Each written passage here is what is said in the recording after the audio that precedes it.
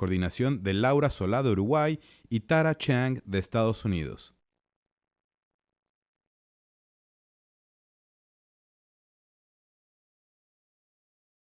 Bueno, muy buenos días a todos.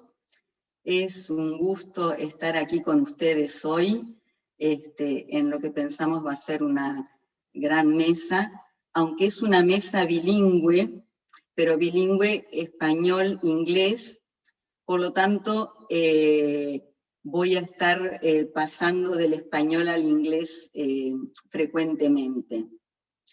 I have the honor to co-chair this session with Dr. Tara Chang.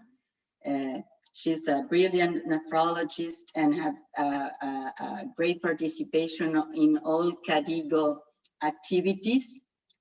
Y esta es una actividad conjunta, SLAN, CADIGO, que pensamos que es muy importante que se sigan repitiendo este tipo de actividades en el futuro.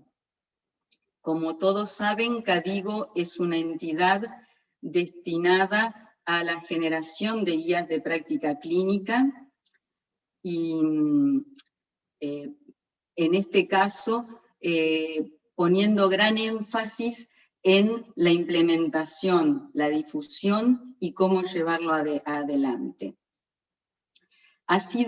Los últimos 2 años han sido muy importantes en la nefrología, fundamentalmente por actividades en las cuales CADIGO ha estado involucrada, que ha sido la generación de las guías de diabetes y de hipertensión, que probablemente cambien la forma en la que los nefrólogos realizamos la medicina. Con esto quisiera dar cabida ahora a la primera presentación que va a estar a cargo del doctor Marcelo Orías, gran amigo de Córdoba, encargado del grupo de trabajo de hipertensión de la Sociedad Latinoamericana de Nefrología y con importante participación en la difusión de las guías. Bienvenido entonces la presentación de Marcelo Orías. Continuamos con la presentación Blood Pressure Management in Patients with CKD with or without diabetes, no receiving dialysis por Marcelo Orías de Argentina.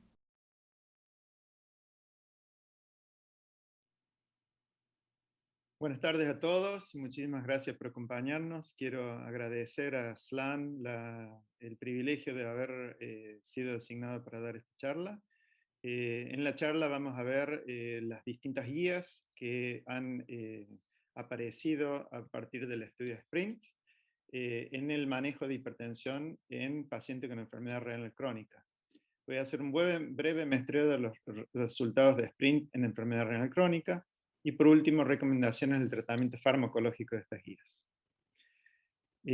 ¿Cuánto espacio ocupa enfermedad renal crónica en las guías anteriores? En el 2017 aparecieron las guías americanas y fíjense que hay aproximadamente 2 páginas referidas a pacientes con enfermedad renal crónica. En el 2018 aparecieron las guías europeas y hay 1 página. Y en el 2020 aparecieron las guías de la Sociedad Internacional y como ustedes ven hay 1/4 de página. Así que seguramente todas estas guías para dar sus recomendaciones han tenido mucho esfuerzo y mucho trabajo, pero si ustedes quieren realmente dedicarse al tema de el manejo de presión arterial en pacientes con enfermedad renal crónica, les recomiendo que busquen las nuevas guías de CADIGO, en las cuales hay aproximadamente 70 páginas, y se aclaran todas las dudas del por qué se recomienda tal o cual medida en estos pacientes. Vamos a la primera recomendación, y ellos recomiendan que la presión arterial en consultorio sea tomada en forma estandarizada. ¿Y qué significa esto con respecto a la presión de rutina? Bueno, la rutina es lo que hacemos siempre, y quizás sea por dificultad de tener el suficiente espacio, el suficiente tiempo, pero es la medición de la presión sin esperar al paciente, sin el manguito adecuado, sin que el paciente esté sentado en la forma adecuada. Todas las medidas que no las voy a repasar en este momento porque no son el tema principal, pero creo que es importantísimo que de a poco vayamos a una medición estandarizada. La medición estandarizada tiende a ser, aunque no siempre, y en esto es poco confiable, la de rutina, tiende a ser un poco más bajo que la de rutina. Y esto es una de las críticas que se ha hecho con respecto a Sprint, sobre las cuales ya voy a volver en breve. La segunda recomendación a la que me voy a referir es que sugieren que se hagan mediciones fuera del consultorio, ya sea por mapa o ya sea por monitoreo domiciliario, y que estas tienen que ser utilizadas para complementar las presiones tomadas en consultorio en forma estandarizada. Y lo dicen por distintas razones. Una es que tienen que ser complemento justamente porque no hay estudios que investiguen distintos niveles de presiones arteriales utilizando mapa o utilizando monitoreo domiciliario en pacientes con enfermedad renal crónica. Esa es una de las razones. Y la otra razón es porque los pacientes con hipertensión de guardapolvo blanco o fenómeno de hipertensión de guardapolvo blanco, si están tomando medicamentos, son aproximadamente entre el 9 y el 30% de los pacientes con enfermedad renal crónica. Y los pacientes con enfermedad enmascarada, con hipertensión enmascarada o fenómeno de hipertensión enmascarada, pueden también ser entre el 10 y el 30% en estos pacientes. Así que por eso ellos recomiendan utilizar mapa al principio, si se puede, para verificar los datos obtenidos en el consultorio y utilizar el monitoreo domiciliario como una forma de seguimiento de estos pacientes. Obviamente, si estas técnicas no están disponibles, se hará solamente con presiones de consultorio. La tercera recomendación, es ya entrando en donde vamos a tener mayor debate, es que sugieren que en pacientes con presión alta y enfermedad renal crónica, una presión arterial meta de menos de 120 milímetros de mercurio para la presión sistólica, siempre y cuando esa presión sea tolerada, utilizando la medición estandarizada. Como ustedes ven, esta es una categoría 2B, y ya vamos a entrar en las razones del porqué.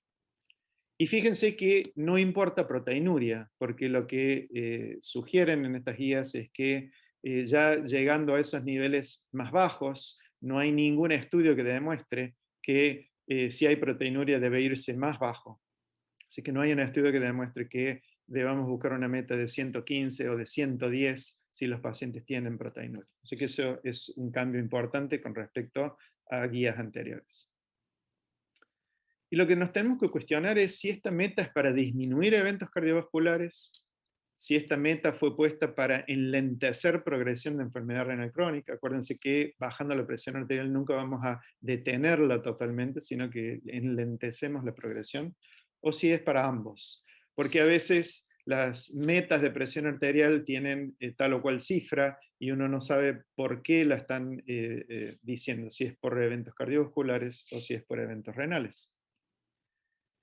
Antes del estudio SPRINT, que fue el que motivó esta nueva meta de presión arterial, había habido 3 estudios que habían intentado ver si presiones arteriales más bajas tenían algún beneficio en pacientes con enfermedad renal. Uno de ellos fue el estudio ASK.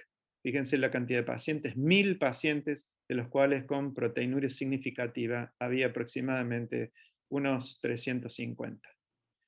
El estudio MDRD, que tiene aproximadamente unos 850 pacientes, en los cuales se estratificó a 3 dietas según la cantidad de proteína, pero también en presión arterial usual o baja, con esta cantidad de pacientes. Y después el estudio REIN-2, que tuvo aproximadamente 320 pacientes, en los cuales proteinuria menor a 300 gramos había aproximadamente 200 o 2/3 partes. ¿Qué demostraron estos estudios? El estudio ASK tuvo una fase inicial de trial, después vino la fase de estudio y cohorte, y finalmente el estudio cohorte. Los pacientes estuvieron bajo distintos regímenes de presión arterial solamente en esta fase de trial, de estudio. Y se buscaba una presión arterial media de 102 a 107 y una intensificada de 92. Esto es aproximadamente 125-75 y esto es aproximadamente 140-90, aunque ustedes saben que presión arterial media se puede llegar a este número con distintas cifras. Estas fueron las cifras logradas durante el estudio. Como ustedes ven, clara separación entre los dos grupos. Y después ya en el estudio cohorte, todos los pacientes tienen una presión arterial más baja, un poquito más baja en el intensificado. Durante el periodo de estudio no hubo diferencias, tanto en aquellos pacientes con proteinuria como sin proteinuria, y recién en la fase de cohortes hubo una diferencia estadísticamente significativa en pacientes con proteinuria. El estudio MDRD, como mencioné, también tenía presión arterial media de 107 o 92 como meta. El estudio de presión arterial no demostró ninguna diferencia en eventos finales duros renales y no hubo ninguna diferencia tampoco en la disminución del filtrado glomerular en ambos grupos. Sí hubo, y esto es clásico, ya muy conocido por todos, en el estudio de MRDD se vio que los pacientes que más proteinuria tenían, tanto en el estudio 1 como en el estudio 2, los que tenían más proteinuria se beneficiaron más con un nivel de presión arterial menor. Y esta es una de las razones por las cuales intentamos en pacientes proteinúricos anteriormente disminuir la presión arterial a menores valores. Y el estudio REIN-2, que no demostró absolutamente ninguna diferencia entre los puntos finales renales. Así que si ustedes se fijan, antes del sprint, teníamos un estudio que había demostrado algo en una fase muy alejada de lo que fue el estudio, y esto lleva un montón de conjeturas si este resultado realmente se debe a todo lo que se hizo acá solamente. Tenemos otro estudio que demostró con subgrupos, fíjense que acá hay 54 pacientes y acá hay 32 pacientes, pero que ninguno de los otros parámetros demostró diferencias, y tenemos un tercer estudio que no demostró ninguna diferencia en eventos renales con menores presiones arteriales. Entonces, brevemente, el estudio de SPRINT tiene aproximadamente 9.300 adultos, con una edad de más de 50, riesgo cardiovascular aumentado, en los cuales se randomizaron a presiones de 120 o de 140 sistólica. Un tercio de estos pacientes tenían enfermedad renal crónica. Claramente el estudio con mayor cantidad de pacientes de enfermedad renal buscando distintas metas de presión. Estos pacientes tenían que tener un filtrado glomerular entre 20 y 60, una proteinuria de menos de 1 gramo, no había diabéticos, no había poliquistósicos. Y estas son las presiones logradas, que se lograron bien en el grupo sin enfermedad renal crónica, pero en el grupo con enfermedad renal crónica hubo una buena separación, pero fíjense que la meta en estos pacientes en el grupo de menos de 120 no se logró, lo cual reafirma que en pacientes con enfermedad renal crónica es muy difícil bajar la presión arterial a veces. Estos son el grupo con enfermedad renal crónica. En rojo los pacientes con filtrado menos de 60. En azul los pacientes con más de 60 pero con proteinuria, filtrado glomerular medio 45 y albuminuria 81 miligramos gramo. Estos son los resultados del punto final primario. Fíjense que en el grupo no enfermedad renal crónica se logró una diferencia en eventos cardiovasculares, y en el subgrupo de enfermedad renal crónica eso no se logró. Ahora aquí sí cabe una aclaración de que los subgrupos no tenían suficiente poder para demostrar esto, y además este estudio fue terminado anteriormente. Fíjense que hay una tendencia a haber menor cantidad de eventos cardiovasculares en el subgrupo de enfermedad renal crónica, pero no es estadísticamente significativa. Sí hubo diferencias, en cambio, en muerte por cualquier causa. Este es el subgrupo con enfermedad renal crónica, y les fue mejor a los pacientes con disminución intensiva versus disminución estándar. Si empezamos a ver ya los eventos finales renales, que eran outcome secundario, en los pacientes con enfermedad renal previa no hubo ninguna diferencia en puntos finales duros entre el grupo intensivo versus el grupo estandarizado. En cambio, si miramos a aquellos pacientes sin enfermedad renal basal inicialmente, podemos ver que una disminución del 30% del filtrado, que lo disminuyó a más de 60, o sea, AKI, hubo una mayor cantidad de eventos de AKI en el grupo intensivo versus el grupo estandarizado. No hubo diferencias en albuminuria incidente. Aquí tienen también las diferencias en filtrado glomerular. A los 6 meses ya hay una clara diferenciación entre los filtrados glomerulares de estos dos grupos, y después hay una mínima diferencia a favor del grupo intensivo de una mayor reducción de filtrado glomerular con respecto al grupo estandarizado.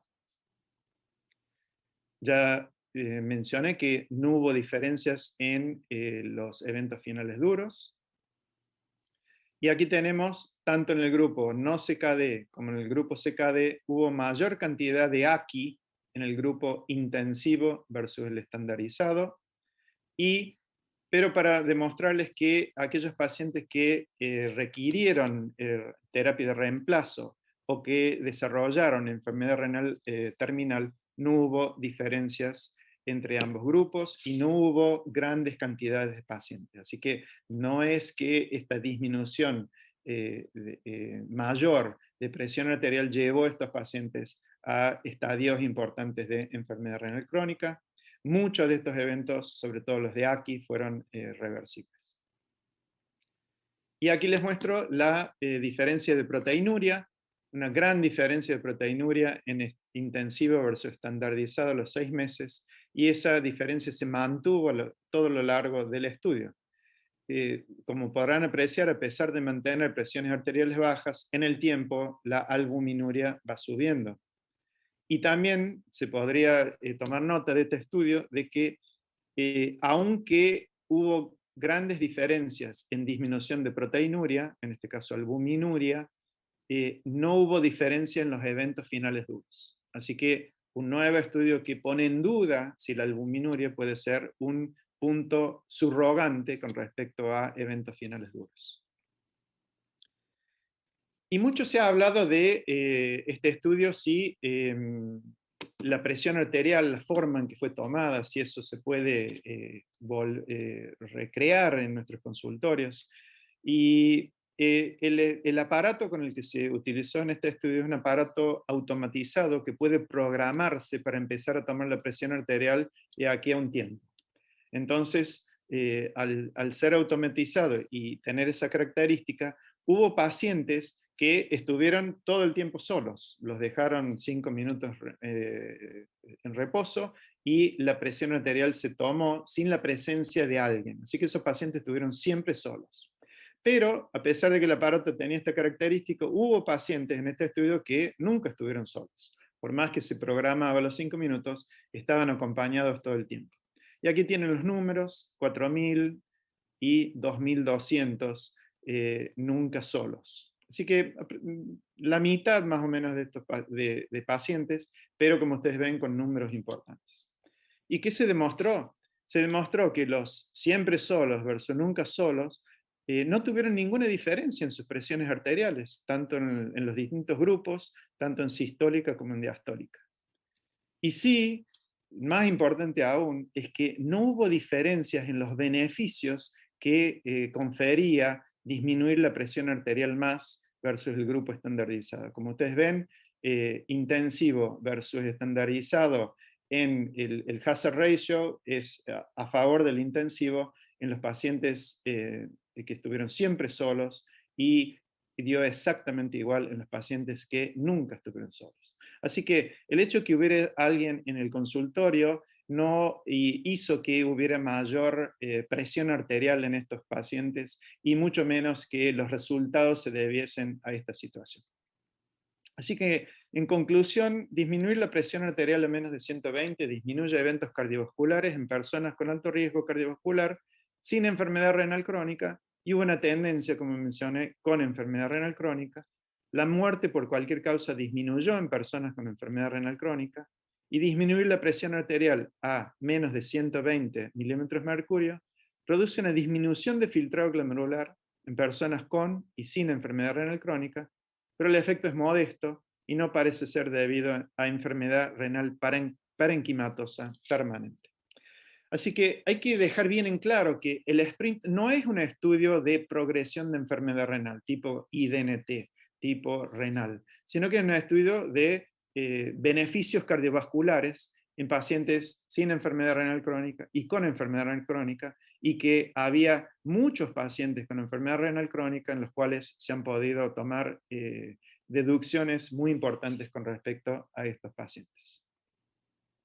Entonces, ¿qué pasó a continuación de SPRINT? Bueno, salieron las distintas guías, acá tienen la de los americanos, en los cuales ya consideran hipertensión a partir de 130/80. ¿Y qué dicen con respecto a los pacientes con enfermedad renal crónica? Que debe bajarse la presión a menos de 130/80. Después salieron las guías de los europeos en 2018, y ellos recomiendan bajar la presión arterial a un rango de 130 a 139. Fíjense que esto es para cualquier edad el mismo rango, y presiones arteriales diastólicas sugieren entre 70 y 79. Y eso es igual para todos los rangos de edad. Y por último, el año pasado salieron las guías de la ISH, y ellos siguen considerando hipertensión 140/90. Lo que sí dicen que hay que empezar tratamiento inmediatamente si los pacientes tienen enfermedad renal crónica, y ellos sugieren que la presión arterial tiene que ser disminuida a menos de 130/80. Así que aquí tienen todas las guías, es interesante cómo ante la misma evidencia distintos cuerpos colegiados toman distintas interpretaciones y por ende recomendaciones, ¿no? Así que creo que esto es sumamente interesante. Creo que todas las opiniones son respetables. Lo único que no ayuda a que haya uniformidad, que los nefrólogos que nos vemos enfrentados a esta situación, yo les diría casi todos los días, tengamos definiciones claras en qué hacer. Entonces sigamos con las recomendaciones. Fíjense que en pacientes sin diabetes mellitus, ellos dicen que si tienen la presión arterial elevada y enfermedad renal crónica, con albuminuria incrementada, grupo A3, más de 300, esos pacientes deberían ser iniciados en un IECA o en un ARA. Y esto está basado en beneficios renales. Estos son los estudios en los cuales estos pacientes no eran diabéticos, pero tenían proteinuria importante, en los cuales hubo beneficios renales. Y después, como ustedes ven, estos estudios tenían muy pocos pacientes, pero cuando les agregaron otro estudio que se realizó en la China, también demostró beneficios cardiovasculares. Así que por estas dos razones, esto es una recomendación y tiene un nivel de potencia de 1B la recomendación. Aquí, para repasar nuevamente, estos son los pacientes A3 y los pacientes A2, a los que me refiero inmediatamente. Esto es lo que antes llamábamos microalbuminuria. En pacientes sin diabetes y que tienen enfermedad renal crónica, con presión arterial elevada y microalbuminuria, ellos recomiendan empezar con un IECA o con un ARA. Y esto es basado en el HOPE, en el cual hubo beneficios cardiovasculares en este grupo con albuminuria moderada, pero no ha habido ningún estudio que demostrase progresión de eventos duros en este grupo de pacientes sin enfermedad renal. Y por eso esto es una sugerencia, y fíjense que tiene un grado de evidencia menor. Pasemos a la paciente con diabetes. Así que ellos recomiendan en pacientes diabéticos con presión alta, con enfermedad renal crónica, comenzar con un IECA o un ARA en pacientes que tienen proteinuria importante y también en aquellos con proteinuria moderada. Y esto se debe a distintos estudios. Conocemos muy bien los beneficios renales en pacientes con proteinuria elevada del IDNT y del renal. Lamentablemente estos estudios no tenían suficientes pacientes para demostrar beneficios de eventos cardiovasculares. Y con respecto al grupo de albuminuria moderada, o anteriormente llamado microalbuminuria, hubo beneficios cardiovasculares por el estudio MicroHope, pero en el estudio MicroHope no hubo disminución de eventos duros, sino que fue de micro a macroproteinuria a favor del ramipril. Así que por este conjunto de estudios, ellos recomiendan, y con un grado de evidencia mayor, que en estos pacientes sean comenzados con un IECA o un ARA. ¿Qué dicen las otras guías? Estas son las guías de los americanos. Dice que cualquier paciente con hipertensión y CKD, estadio 3 o 1-2 con proteinuria importante, empezar un IECA. Y si son intolerantes, recién empezar con un ARA. Estas son disquisiciones basadas en que ambas drogas son iguales y quizás haya una diferencia de costo, nada más que eso. ¿Qué dijeron los europeos?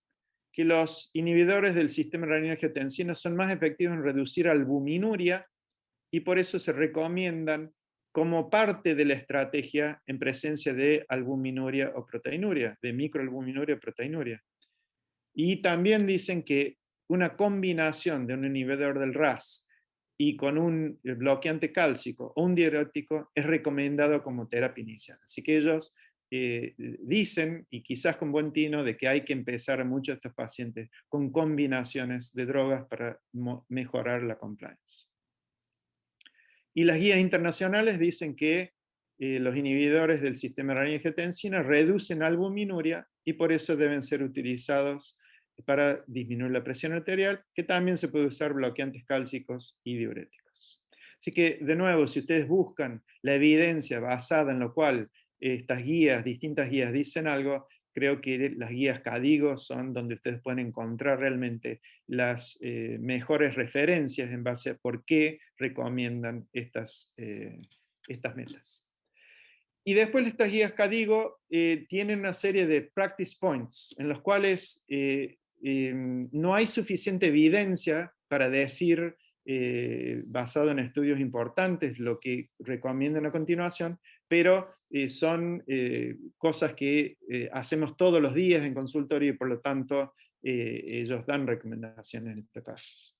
Así que es razonable tratar pacientes con presión alta, enfermedad renal, sin albuminuria, con o sin diabetes, con un IECA o un ARA, así que no hay evidencia de hacerlo, pero a ellos les parece razonable.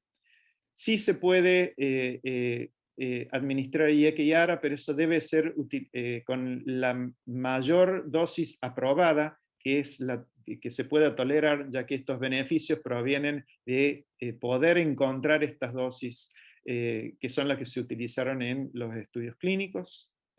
Dicen que la hipercalemia asociada a inhibidores del sistema renina-angiotensina tiene que ser manejados por medidas que disminuyan el potasio sérico antes de disminuir o suspender estas drogas, que es muy razonable.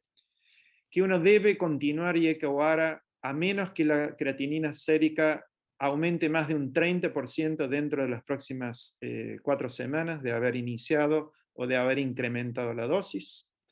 Y también consideran reducir la dosis o discontinuar el IECA y ARA cuando hay hipotensión sintomática, cuando hay hipercalemia no controlada por tratamiento médico, y para reducir síntomas urémicos cuando uno está en filtrados muy cercanos a insuficiencia renal terminal, para poder acomodar la situación del paciente para su entrada a diálisis. Así que vamos a recomendaciones generales finales. La meta de presión arterial de 140/90 parece muy alta pensando hoy en día en riesgo cardiovascular de estos pacientes. Así que si bien muchos de nuestros pacientes están por arriba de esa meta, creo que es una primera meta a lograr, pero uno debería continuar el esfuerzo intentando ir más abajo. La meta de 130/80 parece un objetivo cumplible y deseable, y la meta de presión arterial de menos de 120 es deseable en pacientes que lo toleran, es una meta basada en disminución de eventos cardiovasculares y no de progresión de enfermedad renal, y entonces hay que tener especial cuidado con episodios de AKI y episodios de hipercalemia. Comenzar con YECA y ARA es una práctica común en estos pacientes y creo que nadie va a disputar eso, aunque les he mostrado que en algunas situaciones hay más evidencia que en otras, y que buscar las asociaciones fijas para mejorar el compliance es una práctica que es muy recomendable en estos pacientes que son polimedicados. Así que en resumen, si uno tiene enfermedad renal crónica, dependiendo de dónde viva en este momento en el mundo, le van a bajar la presión arterial a distintas metas. Y esto es muy notable. En Estados Unidos todos están buscando metas de menos de 120, en Europa están buscando metas más altas, y en el resto del mundo se dividen las opiniones. Las metas más bajas están basadas en el beneficio cardiovascular y no por menor progresión de enfermedad renal crónica. La disminución de presión arterial a menos de 120 produce una disminución de filtrado glomerular que es considerada leve, no muy frecuente y que se puede recuperar una vez que la presión arterial sube. Así que bueno, quiero agradecerles muchísimo la atención que me han prestado durante esta presentación, y después vamos a pasar a las preguntas al final de las charlas. Muchísimas gracias. A continuación, la presentación Blood Pressure Management in Kidney Transplant Recipients, CKD, G1T, G5T, por Sheldon Toby de Canadá.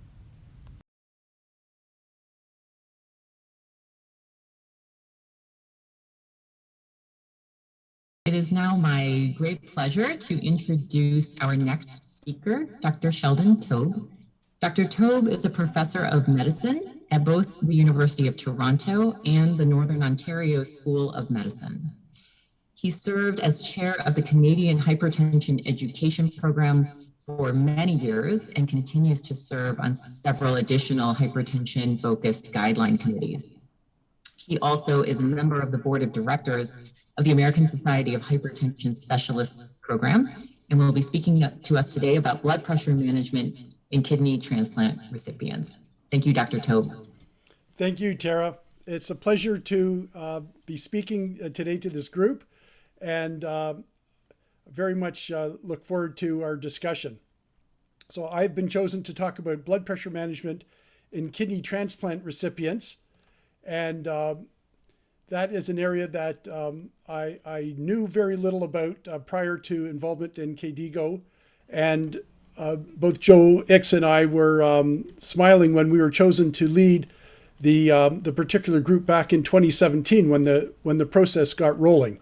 As it's not my particular area of expertise, but I learned, and then actually I ended up with Charlie Thompson writing the section that Dr. Orias has just reviewed, with some of the more controversial recommendations.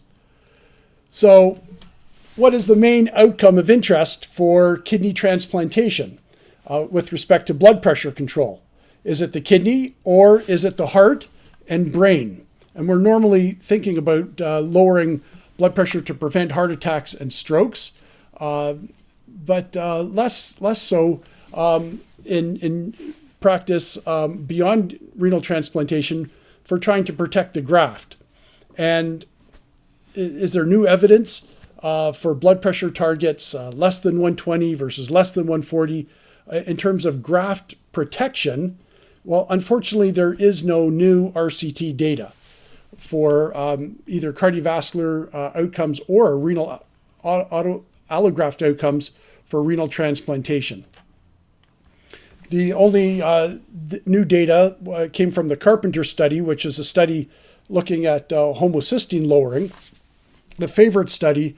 And in this study, they fortunately measured blood pressure well. It was a study that was over 4 years. And so we can see observational data for blood pressure. We see here the hazard ratio for cardiovascular outcome, systolic in A and diastolic in B. On the x-axis is systolic blood pressure, and on the y-axis is the hazard ratio. And if you look at the little diamonds, for example, cardiovascular disease, and we can see that really only when systolic blood pressure gets above 140, there's an observational increase in bad outcomes, and less than 130, patients are doing pretty well. Allograft outcome, not shown on this graph, showed that for every 20 millimeter rise in systolic blood pressure beyond 120, that there is almost a 50% increased risk for poor allograft outcomes from this study. Observational study, observational data only. As a result of that, for the working group felt that we could not bring out a practice recommendation, but rather a practice point. And that practice point is to treat adult kidney transplant patients with high blood pressure to a target of less than 130 over 80 using standardized office blood pressure measurement. Now, this practice point is not changed from the 2012 practice guideline. It is also consistent with the 2009 Care for Kidney Transplant Recipients. And the reason that it hasn't changed, as I mentioned, is that there are no new studies looking at graft survival, cardiovascular events, or mortality. So if you're thinking about planning a study, there's definitely area for renal transplantation looking at blood pressure outcomes. Now, KDIGO looks at, when we're assessing the evidence, I'll go through a little bit of methodology. It's very, very rigorous. So in terms of outcomes, are the outcomes that we want to really see to make a strong evidentiary recommendation is based on the critical outcomes, all-cause mortality, for example, progression to end-stage renal disease, dementia. And then more secondary outcomes, doubling of creatinine, and then some complications like acute kidney injury or falls. Blood pressure, also a secondary outcome only. And eGFR or proteinuria, much less so. I won't take you through the literature review, but there's a very rigorous process, and thanks to the ERT, the evidence review the team, they are excellent at helping to find articles and review them. It all goes into a very interesting online registry that you can look at as well. And you can find that link on our manuscript. The ERT was very good about taking new papers they may have missed and reviewing them. And if they accepted them, that became part of the evidentiary base. So there's a good back and forth, and we both learned from each other. Just a little bit about the evidence methodology for the meta-analyses. So each PICO that was chosen as a question for us to analyze, there's an evidence synthesis and meta-analysis around each one. I've never seen so many meta-analyses. For dichotomous outcomes, the results were expressed as a relative risk with 95% confidence intervals. They took a more conservative approach with the random effects model for continuous outcomes.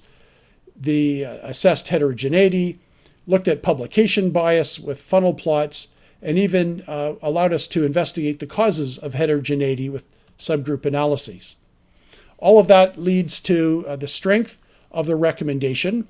And a level 1 recommendation is a recommendation that most of our patients, most of us, if we were the patient, would follow if we understood the same amount of information that our clinicians do. And as clinicians, most patients should receive the recommended course of action. Now, a level 2 is we suggest, and that's the majority of people in your situation would want the recommended course of action.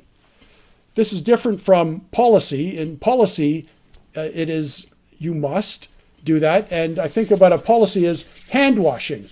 When I am making rounds in the dialysis unit, sometimes there will be a clipboard nurse watching in the hall to see if we're washing our hands with the pump spray in between each patient. And if I am not doing that and I'm tagged, I will be publicly shamed in my hospital for that breach of protocol.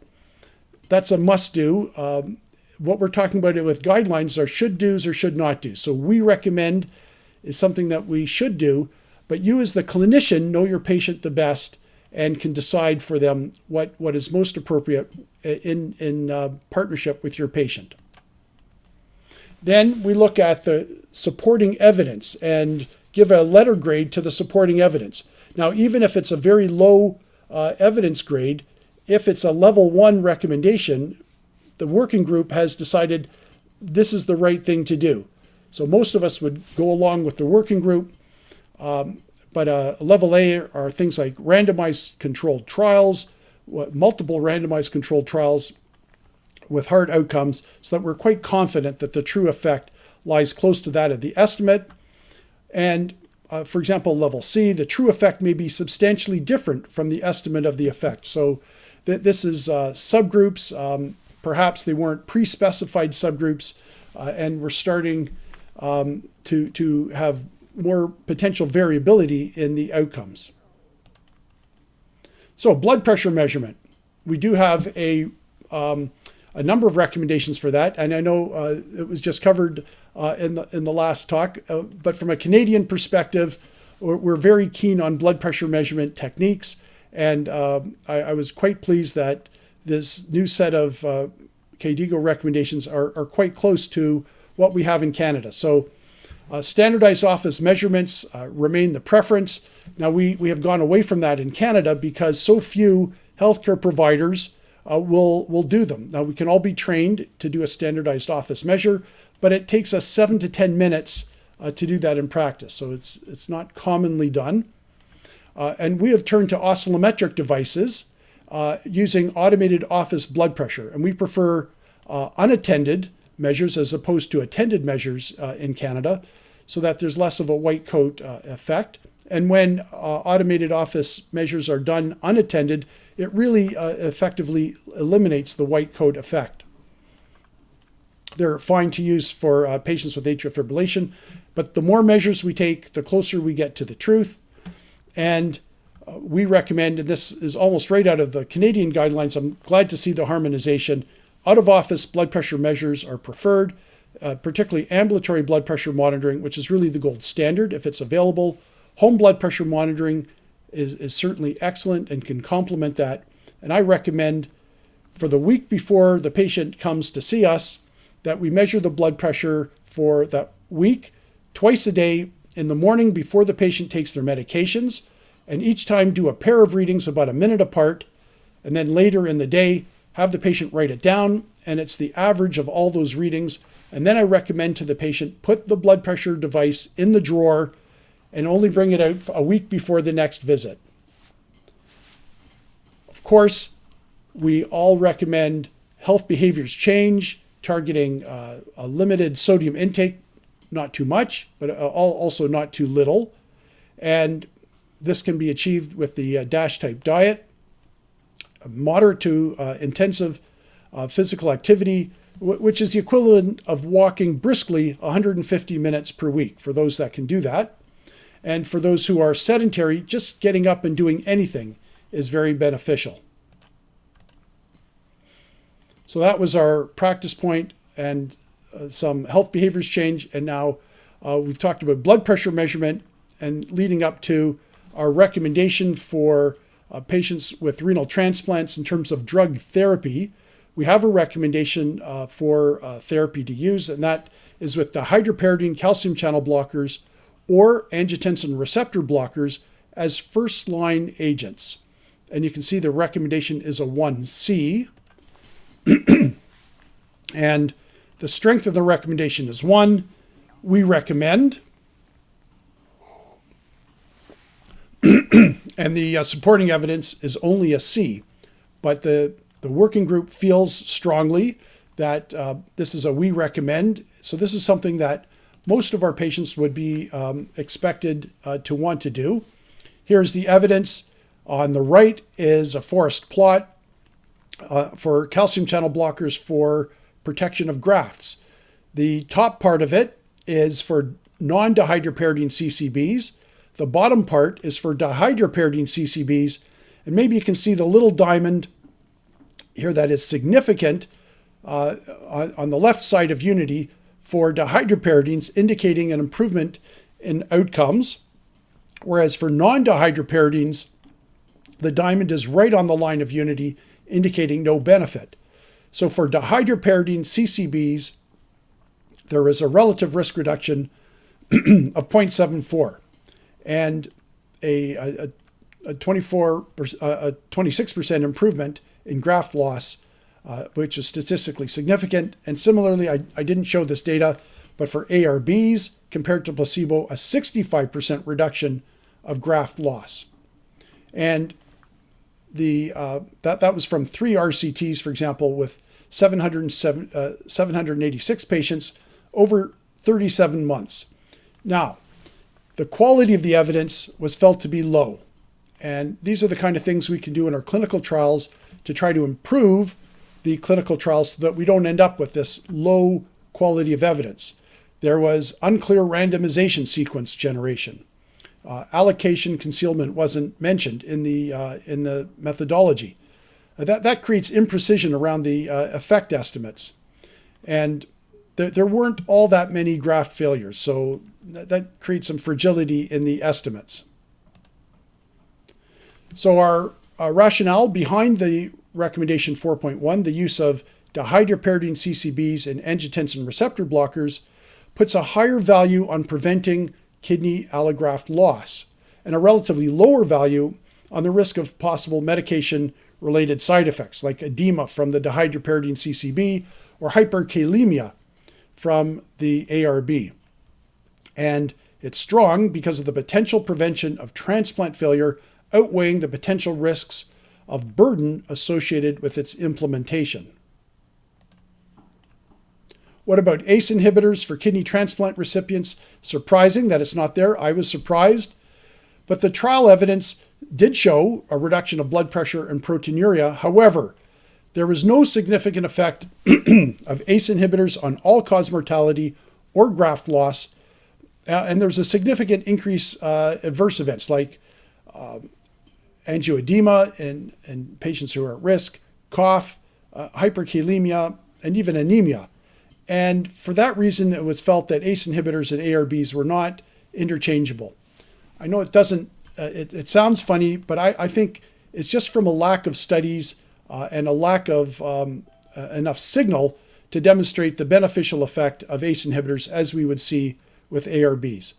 But that's why ACE inhibitors were not included. Why not the lower target of less than 120? You heard about the SPRINT study, and SPRINT was very important for patients with chronic kidney disease, but their transplant patients were not included in SPRINT. SPRINT demonstrated that systolic blood pressure target of less than 120 led to less cardiovascular outcomes with the intensification than a target of less than 140. So why not include that for patients with renal transplantation? Well, why not extrapolate to renal transplantation? Well, there's a concern with that lower target of less than 120 that there was a modestly increased risk of a lower GFR. Now that makes sense hemodynamically. With intensified blood pressure lowering, we lower the pressure inside the kidneys, we reduce the GFR. SPRINT did not show a signal for more ESRD, but there were very few ESRD outcomes there. So just out of an abundance of caution, may be of concern to kidney transplant recipients and clinicians. So the target was a compromise, not less than 120, because transplant patients were not included in SPRINT, but less than 130. Blood pressure measurement, again, similar to non-transplant, the CKD population, that ambulatory blood pressure monitoring and home blood pressure monitoring can complement office blood pressure readings, both for diagnosis as well as a management of high blood pressure in the transplant population. But we need more studies. We really need studies. If you're keen on doing clinical studies, this is an area that is waiting to be tapped. In terms of values and preferences, kidney transplant patients really place a high priority on allograft survival, as do their clinicians. A standardized outcomes in nephrology kidney transplantation group was established. 557 health professionals from 79 countries, 461 patients or caregivers were involved in a Delphi process to look at what transplant patients felt was important in terms of outcomes. Unequivocally, graft survival led the way. So preventing graft loss was the top priority, even over death, as the patients were more concerned with quality of life rather than quantity of life. So the recommendation assumes that an antihypertensive agent will be started for the treatment of high blood pressure, and the guideline is to facilitate the decision on the choice of agent. In most countries, dihydropyridine CCBs and ARBs are available as generics and are therefore inexpensive. And because of the dramatic improvement that comes from blood pressure lowering, they should be cost effective, particularly if we're protecting and preserving grafts. What are considerations for implementation? For blood pressure lowering, high blood pressure is very prevalent in the transplant population and can be quite difficult. So most patients are going to require more than one antihypertensive agent. So we would start with one or the other and then add a second agent, CCB, and then ARB, or ARB and then CCB. Of course, if the patient is trying to become pregnant, we would avoid an ARB and aim for nifedipine, for example, as the dihydropyridine CCB. With proteinuria and high blood pressure, we would start with an ARB. Early post-transplant, in the first days after, we would avoid an ARB until the renal function had stabilized. And for most other subgroups of transplantation, patients who have diabetes, for example, an ARB or CCB should be considered as the first line of treatment. And as I mentioned, most patients would value graft survival, and therefore ARB and CCB should be the first choice, but it's of course based on local availability and cost and the ability of the patient to get it. So the rationale for blood pressure lowering in kidney transplantation, the recommendation is strong because in the judgment of the work group, the potential prevention of transplant failure far outweighs the potential risks and burdens associated with its implementation. Thank you very much. Cerramos con la presentación Management of IgA Nephropathy por Hernán Trimarchi de Argentina.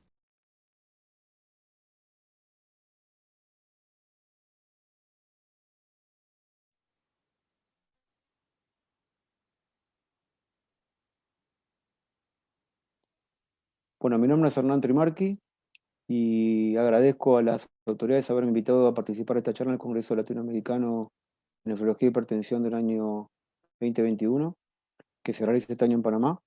Yo voy a hablar sobre el manejo de la nefropatía por IgA. Estos son mis conflictos de interés. Primer tema importante, la nefropatía por IgA es el patrón más común de la neuropatía en todo el mundo. Es un patrón de nefritis con muchas variantes, no es una enfermedad, sino que es una variante morfológica, ¿sí?, determinada. No hay ninguna demostración de que la IgA sea una sola entidad y que se comporta de la misma manera en toda parte del cuerpo, del mundo. Vemos acá algún tipo de frecuencia a lo largo del planeta. Podemos saber cómo esto ha evolucionado a lo largo de las décadas, de acuerdo a la investigación que a nivel global se está haciendo de esta entidad. Y sabemos que en el hemisferio occidental la relación hombre-mujer es 3:1, mientras que en el hemisferio oriental es de 1:1. Esto habla de que el comportamiento de esta entidad difiere en el planeta. Y se diagnostica básicamente por la presencia de una dominancia de depósitos de IgA, hemoglobina a nivel glomerular mesangial. Por ejemplo, un estudio de Toronto sobre pacientes con microhematuria y proteinuria de 0.2 gramos por día, presión arterial normal, el riesgo de progresión a los 10 años era virtualmente cero, mientras que en un grupo chino, con lo mismo con hematuria microscópica más proteinuria 0.4, o sea, el doble, aunque ligeramente aumentada. Fíjense que la evolución a los 7 años, ya 44% habían presentado algún evento, 33% proteinuria, 26% hipertensión y 7% ya habían entrado a diálisis. Por lo cual, esto habla de que es una entidad que tiene un comportamiento diferente en toda parte del mundo. Y acá, esto es lo que comentaba del año 2021, hemos agregado ya algunos otros países del mundo u otras regiones en las cuales ya tenemos una estimación de la frecuencia de la entidad de nefropatía por IgA, que es bastante frecuente, al menos en Argentina, 25%. Sabemos que la forma de presentación varía a lo largo de la vida, pero lo más importante es tener en cuenta que es una enfermedad que tiene un curso crónico, es una enfermedad que dura toda la vida y que puede presentarse con microscopía y proteinuria, microscopía con hematuria, y de pronto puede aparecer fenómeno nefrótico, pero todos los casos evolucionan a una enfermedad renal crónica que en un 30% de los casos a los 20-25 años progresa en la enfermedad crónica terminal. Todos sabemos que hay una relación directa entre la inflamación y la aparición de la entidad. Básicamente, la forma clásica es un paciente que tiene un cuadro de faringitis y a las 24 o 48 horas comienza con un cuadro de macrohematuria. Pero muchas veces aparece microhematuria que esta no es vista a nivel clínico. Entonces, a tener en cuenta lo siguiente, que esta es una entidad cuyo gatillo clínico, por lo que estamos viendo hasta ahora, es la mucosa. La mucosa, en este caso, respiratoria. Pero también sabemos que la mucosa intestinal tiene que ver con esta entidad. ¿Por qué? Porque tanto la mucosa respiratoria como la mucosa intestinal poseen altas cantidades de la inmunoglobulina que se aloja en todo el cuerpo a nivel de las mucosas. La mucosa intestinal es la más larga, la más grande de todo el cuerpo humano, y hay una gran cantidad de IgA sobre IgA1, mientras que en el aparato respiratorio predomina la IgA1 sobre IgA2. Cuando se incorpora un antígeno, ya sea un antígeno bacteriano, un antígeno de la dieta, generalmente relacionados con las serinas y la gliadina, esto es reconocido a nivel de las placas de Peyer a nivel intestinal por el sistema GALT, ¿sí? El sistema linfocitario que se encuentra a nivel del tubo digestivo, básicamente en las placas de Peyer. Y ahí es donde se produce la inducción para que después en la lámina propia, en la parte más cercana a la luz, las células plasmáticas puedan vertir la IgA junto a la cadena J hacia la superficie para que puedan actuar y prevenirnos de las interacciones que los antígenos puedan llegar a tener con el cuerpo humano. Una de las estéticas importantes de esta entidad, que es una entidad, como dice el título, que tiene varios golpes. A uno le ponen 4, a otros le ponen 5. Pero una de las cosas importantes de esta entidad es que la molécula IgA, que como dije antes, está básicamente presente en todo el tubo digestivo y en el aparato respiratorio, se presenta a nivel de las cadenas, de la cadena pesada, en la región J, una zona de azúcares que está disminuida en galactosa. O sea, hay una hipogalactosidación de esta molécula para que se lleve a cabo se desarrolle esta entidad de nefropatía por IgA. Esto está determinado por la actividad de esta enzima, que es la galactosiltransferasa, GALT1, que puede tener muchos alelos y varios polimorfismos, y de acuerdo a la actividad que tenga esta enzima, que se encuentra predominantemente en todo lo que tiene que ver con intestino delgado, si está fallada, está dañada, la capacidad de producir moléculas anormales de IgA va a ser mayor. Esta galactosidación está modulada después de un switch, obviamente, el IgM al IgA, y hay varias moléculas que intervienen esto, como factores de crecimiento, el factor del TGF-beta y también las moléculas April, que vamos a hablar después. Entonces, y por otro lado, no solamente por las enzimas, sino también que las bacterias, la microbiota, que cada vez tiene un papel más importante en la fisiopatología de la nefropatía por IgA, tiene que ver con una capacidad de poder hipogalactosilar, comerse la galactosa de la IgA, y de esa forma va a producir que la IgA, al estar menor galactosilada, tenga una mayor capacidad antigénica.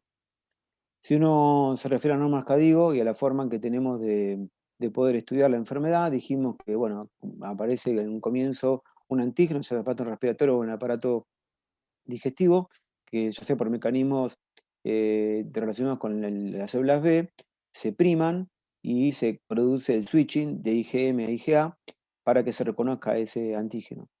Pero muchas veces también por fenómenos de de hipogalactosidación, esta IgA que está dañada, ya sea por mecanismos dependientes o independientes de las células T, pueden llegar a pasar hacia la circulación. Esta IgA, ¿por qué? Aparte, digamos, hay muchos pacientes que tienen al estar aumentada la permeabilidad de la mucosa intestinal, relacionado a su vez con la presencia de la microbiota y esta IgA que está hipogalactosilada, se produce un aumento de IgA a nivel del pool sérico, que al estar hipogalactosilada tiene tendencia a polimerizarse. Y esto va a llevar a la larga a que se produzca una corrección con el CD89, que es un receptor de estos inmunocomplejos.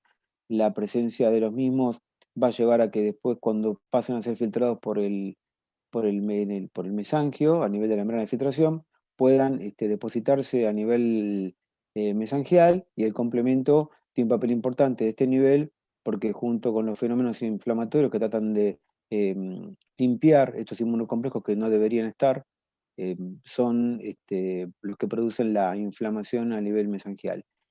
¿Por qué este CD89 que capta este inmunocomplejo aparece en el mesangio? Porque está el receptor de transferrina, que es el que es fisiológicamente apto para captar el CD89. Este CD89 tiene un receptor en el mesangio que lo toma, y eso permite que se deposite el inmunocomplejo a nivel renal. Sabemos que a mayor proteinuria hay mayor impacto a nivel de riñón y más progresión. A los 20 años, como dije al comienzo de la charla, 20-30% progresa en la enfermedad crónica terminal. Y en este otro estudio también vemos que a mayor proteinuria, peor sobrevida del riñón. En varios estudios, como vamos a hablar uno después, el testing, el stop IgA, el uso de esteroides y nuevas drogas que también demuestran que los tratamientos tratan de ser prolongados y tratar de bajar la proteinuria siempre y cuando los riesgos de los tratamientos no sean mayores que la proteinuria en sí misma. En el año 2016 hemos publicado, nosotros que pertenecemos al grupo del IgA, o sea, International IgA Nephropathy Network, la nueva clasificación del score de Oxford, que es el que trata de estudiar la histología de la nefropatía por IgA, y encontramos con 3 lesiones proliferativas básicas: la mesangial, la endotelial y las semilunas. La semiluna fue la que se incorporó en el año 2017, y después la lesión crónica S y la T, la S de esclerosis y la T de fibrosis intersticial y atrofia tubular. Pero tener en cuenta que no todas las lesiones S son crónicas, ¿sí? Hay algunas que son activas, igual que la M, la E y la C. Por eso es que los 3 cuadros de la izquierda de la pantalla suelen asociarse entre sí. Muchas veces la lesión E se acompaña de lesión C y la C de E. A veces es más fácil encontrar una lesión C que una lesión E, o sea que la lesión E hay que buscarla, la proliferación endotelial, cuando uno sabe que el paciente tiene semilunas. O al revés, si vemos que llegamos a encontrar proliferación endotelial que no es tan fácil de encontrar, a veces hay que pesquisar la presencia de semilunas. Y sabemos que hay una podocitopatía, la nefropatía por IgA. Esta es una revisión que escribí con la doctora Copo, en la cual vemos que el podocito puede tener varias lesiones. Una de ellas es la hipertrofia depositaria, y si el podocito no puede mantenerse en pie dentro del glomérulo por la injuria mesangial, aparece en la orina, como acá lo hemos demostrado. Esta es una podocituria de pacientes con nefropatía por IgA que hemos publicado hace unos años atrás. Entonces, básicamente, para tener en cuenta, los pacientes que tienen nefropatía por IgA, como cualquier glomerulopatía, tienen un primer episodio de podocituria, seguido por un segundo episodio de podocituria más proteinuria. Este estadio es subclínico. Es decir, nosotros no sabemos que el paciente tiene nefropatía por IgA ni ninguna otra glomerulopatía, porque no aparece ningún hallazgo en la orina. La función renal está normal. Para medida que va pasando el tiempo, los pocitos se van desprendiendo, como dije previamente. La proteinuria va subiendo, porque la función del pocito es la de evitar la pérdida de proteinurias, pero como el pocito no se replica, comienza a haber cada vez más de pérdida de proteínas y una caída del filtrado glomerular. Entonces, bueno, teniendo en cuenta lo que es los últimos avances en cuanto a lo que tiene que ver con el manejo de la nefropatía por IgA, aparte de la clínica y del tema de la histología, es de la invención o la propuesta de usar una calculadora, ¿no? una herramienta predictiva de riesgo que trata de utilizar datos clínicos, demográficos e histológicos para poder utilizarse y tratar de buscar un pronóstico en el momento del diagnóstico de los pacientes que tienen nefropatía por IgA. Uno de los modelos incluye la edad, la etnia, ya sea chino-japonesa por un lado o caucásica, la presión arterial, la proteinuria, el volumen de filtrado, estimado por CKD-EPI, el uso o no de IECAS o ARA2, y la medicación inmunosupresora en el momento de la biopsia y el score de MEST. Y un segundo modelo que incluye el MEST-C, es decir, con la presencia, te toman a la semiluna como otro variante en lugar de la etnia, y puede ser usado en lugar de esta última si es que no está disponible. Y ambos modelos de alguna forma son competentes y pueden predecir lamentablemente la evolución a pocos años, hasta 8 años está validado, o sea que si en el momento de la biopsia toma todos estos parámetros, los carga en la aplicación que se puede bajar fácilmente por internet y coloca los datos, uno puede saber estimativamente cuál es el pronóstico de ese paciente a los 8 años y sabemos que, dije lamentablemente porque la nefropatía por IgA es una entidad que sabemos que dura toda la vida. Entonces, y que el 20% a 30% de los 20 años ya desarrollan enfermedad crónica terminal. Ya 8 años es poco, pero bueno, es algo estimado que uno puede tener en cuenta. Hemos publicado en Argentina, junto con un grupo chino, la validación de esta herramienta, que ha sido auspiciosa en cuanto a los resultados. Pero al año 2021 no hay ninguna droga que haya sido aprobada para el tratamiento de la nefropatía por IgA, ¿sí? Estas son todas diapositivas de las últimas, de la última comunicación que hizo la norma CADIGO, en la cual yo formo parte, y de alguna manera, el primer punto para tener en cuenta la nefropatía por IgA es que hay que optimizar el tratamiento de nefroprotección, ¿sí? Evaluar el riesgo cardiovascular y comenzar un tratamiento apropiado, si es necesario, y dar todas las pautas de calidad de vida al paciente en cuanto a la restricción de sodio, el cese de tabaco u otras drogas adictivas, la pérdida de peso, ejercicio aeróbico y no anaeróbico, y todo lo que tenga que ver con control de la presión arterial, como dijimos previamente, que le permita al paciente lograr tener una buena salud renal lo más cercana posible, porque sabemos que, por ejemplo, el estudio que el doctor Fleck publicó en parte en el estudio Stop IgA, demuestra que el tratamiento de soporte solo, la nefroprotección, sin la inmunosupresión, te hace que el paciente tenga una mayor sobrevida o menores complicaciones que si el paciente está agregado a la inmunosupresión. Pero en las recomendaciones de la CADIGO hemos puesto que todos los pacientes con proteinuria mayor a 0.5 gramos por día, independientemente si tengan o no tienen hipertensión, deben ser tratados con un IECA o un ARA2. Antes era 1 gramo, ahora ya obviamente es 0.5 e incluso si tenemos una biopsia de 0.3, 0.4 y tenemos pacientes de nefropatía por IgA, uno también podría tranquilamente darle dosis bajas de IECAS, que son los que está aprobado hasta el momento con indicación 1A, permiten una mejor sobrevida, perdón, 1B, permiten una mejor sobrevida del riñón. Todos aquellos pacientes que persisten en alto riesgo de progresar a la enfermedad crónica, a pesar de haber tenido tratamiento de soporte, si le hemos hecho todo lo anterior y el paciente persiste con una proteinuria elevada, mayor a 0,5 o mayor a 1 gramo, deberían comenzar un curso de esteroides de 6 meses, ¿sí? Y tener en cuenta que si el filtrado está por debajo de 50, hay que tener en cuenta si realmente vale la pena o no. Entonces, más de 1 gramo de proteinuria, a pesar de haber hecho todo lo anterior, que uno a veces puede usar un bloqueo o doble bloqueo, y el paciente persiste con proteinuras elevadas, uno estaría habilitado a utilizar eventualmente esteroides en los caucásicos. ¿En qué casos uno debería tener un cierto pero cuando el filtrado está entre 30 y 50, y si tiene menos de 30 ya directamente uno lo desaconseja? Si es diabético, tener en cuenta el tema de las infecciones o la empeoría de la diabetes, pacientes obesos, infecciones latentes, enfermedades secundarias como puede ser una cirrosis, un tumor, y las enfermedades psiquiátricas también tenerlas en cuenta. Entonces, la consideración del tratamiento es lo que ya he dicho previamente, más de 1 gramo de proteinuria, y tener en cuenta también que una cosa no quita la otra. Es decir, uno debe mantener todo lo anterior de nefroprotección mientras el paciente comienza un tratamiento de inmunosupresión. Y siempre recordar el tema no solamente de los riesgos clínicos, sino también la evidencia de que el score de Oxford haya mostrado no daño crónico. Pues si tenemos daño crónico, tenemos hemirona fibrosa, tenemos un Fiat, o sea, fibrosis intersticial atrofia tubular mayor a un 25-30%, no tiene que plantearse si realmente vale la pena o no sumir al paciente en un grado de inmunosupresión como el que nosotros comentamos, ¿no? Acá entonces vemos el algoritmo, que lo dejo para que ustedes después lo puedan evaluar, para tener en cuenta esto de la estrellita, ¿sí? Que lo puse en rojo. Esto es un agregado mío al chart, porque si en este algoritmo, que el paciente ya lo tenemos con tenora mayor a 1 gramo, hemos hecho todo lo posible para poder bajarla y no hemos logrado, tenemos dos opciones, ¿sí? Colocar al paciente en un estudio randomizado controlado, que es la única forma que tenemos en la ciencia de poder demostrar que una droga es efectiva o no es efectiva. Esto de decir, porque yo tengo un paciente, porque yo tuve 3 pacientes, entonces me va a ver. No.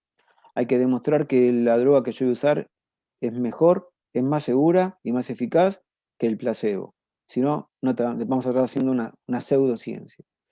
Si el paciente tiene un filtrado menor a 30, directamente generalmente no se consideran para estudios randomizados y tampoco le vamos a dar ningún tratamiento más que nefroprotección. Pero si tiene más de 30 de filtrado, incluso a veces más de 50, mejor todavía, y el paciente no quiere, no podemos involucrarlo en un estudio randomizado controlado por placebo, puede evaluar el uso de los corticoides o salvaguarda de todo lo que dijimos anteriormente, los pacientes con factores de riesgo. El estudio alemán, el de Stop IgA, que de alguna forma trató de demostrar que los corticoides no tenían mejores efectos que la nefroprotección sola y que estaban asociadas a mayor morbilidad. El otro estudio que se publicó fue el Testing 1, que después ahora está siendo revaluado en el Testing 2, en el cual tuvo que de alguna forma suspenderse porque había habido muchos eventos adversos con el uso de los corticoides, pero después cuando uno empieza la letra chica del estudio, sabe que este estudio no estuvo diseñado adecuadamente desde el punto de vista del uso de los corticoides, o a veces hubo médicos que usaban pulsos, en otros centros usaban corticoides intravenosos, corticoides bioral, la dosis estaba diferente. No se usó profilaxis con trimetoprim, sulfametoxazol. Entonces hubo un montón de desprolijidades que hicieron que, ni bien había pacientes de China y de Australia, se suspendiera el protocolo porque había muchos efectos adversos. Con respecto al micofenolato, bueno, depende un poco en qué lugar como dijimos antes, esta entidad tiene un comportamiento disímil en qué parte del mundo estamos. Si hablamos de lo que tiene que ver con la etnia caucásica, no tendría mucha efectividad, y sí por ahí más en los asiáticos. Pero tener en cuenta que lesiones proliferativas, como lesión endotelial, o sea, un score E1 o un score C1, quizá el micofenolato, y algunos estudios que están demostrando que con alta tasa de recambio celular, estas drogas podrían tener su lugar. En el año 2018 organizamos en Argentina, en Buenos Aires, el simposio de IgA. Este año va a ser en Praga, en el mes de septiembre, el número 16, y concurrió gente de muchas partes del mundo, más de 200 personas estuvieron presentes, y hemos hecho una publicación de este trabajo, en el cual habíamos comentado de algunas nuevas drogas que estaban apareciendo y que proponíamos que se siguiera investigando. Una, obviamente, era el de evaluar el sistema inmune y ver de qué forma uno a través de las mucosas podía llegar a intervenir. Bueno, había ya el estudio Nefigan, que es el estudio que se publicó usando budesonida bioral, digamos, en cápsulas micronizadas, que tiene actividad solamente sobre el ilion, y lo que hace es disminuir la actividad de las placas de Peyer. Este es un corticoide con muy escasa actividad sistémica, y ahora estamos haciendo el estudio NEF 301. En Argentina es uno de los países que más casos ha incluido en todo el mundo, y ya hemos terminado el análisis de los primeros 200 pacientes de los 360 que hay. China se ha incluido en la última etapa, y los resultados son muy promisorios respecto de esta molécula y de su actividad sobre la nefropatía por IgA. Otro tiene que ver con el antagonismo de las moléculas que tienen que ver con la señal de células B, como el BAFF, APRIL, el APRIL sobre todo, que tiene que ver aparte con el switching de IgM-IgA, recuerden eso. Y hay drogas que se están evaluando en el tema, con el Tacicept, el Blicimimod se usó en un momento, aunque últimamente no ha tenido mucha mucha demostración de su utilidad, pero el belimumab, pero creo que el litosis, el atacicept, es una de las drogas que más se está evaluando en este capítulo. Otro tema para tener en cuenta es el sistema de complemento, que dentro de lo que es nefropatía por IgA hay 2 de las 3 vías que son las que están más activas, la vía de las lectinas y la vía alterna del complemento, que están directamente relacionadas con esta entidad. Y fíjense cómo en este gráfico tratamos de resumir que los lugares en los cuales el complemento podría llegar a tener algún tipo de actividad en la nefropatía por IgA, ¿no? No solamente en la formación de nódulos inmunocomplejos, sino también después en el depósito a nivel mesangial per se in situ, que hace que aparezca mayor grado de inflamación e incluso a veces de microangiopatía trombótica por la estimulación de la vía alterna del complemento. Entonces, dentro de la forma que uno puede actuar sobre esta vía, una es el eculizumab, casos anecdóticos, básicamente esto mucho no hay, pero sí me gustaría comentar 2 moléculas que se están evaluando actualmente. En Argentina estamos trabajando con estas 2 moléculas, una con el iptacopan, que es un inhibidor del factor D, que a su vez inhibe el factor B, y que por lo tanto va a impedir que se forme la convertasa de la vía alterna del complemento y va a haber una disminución en la actividad del C3b.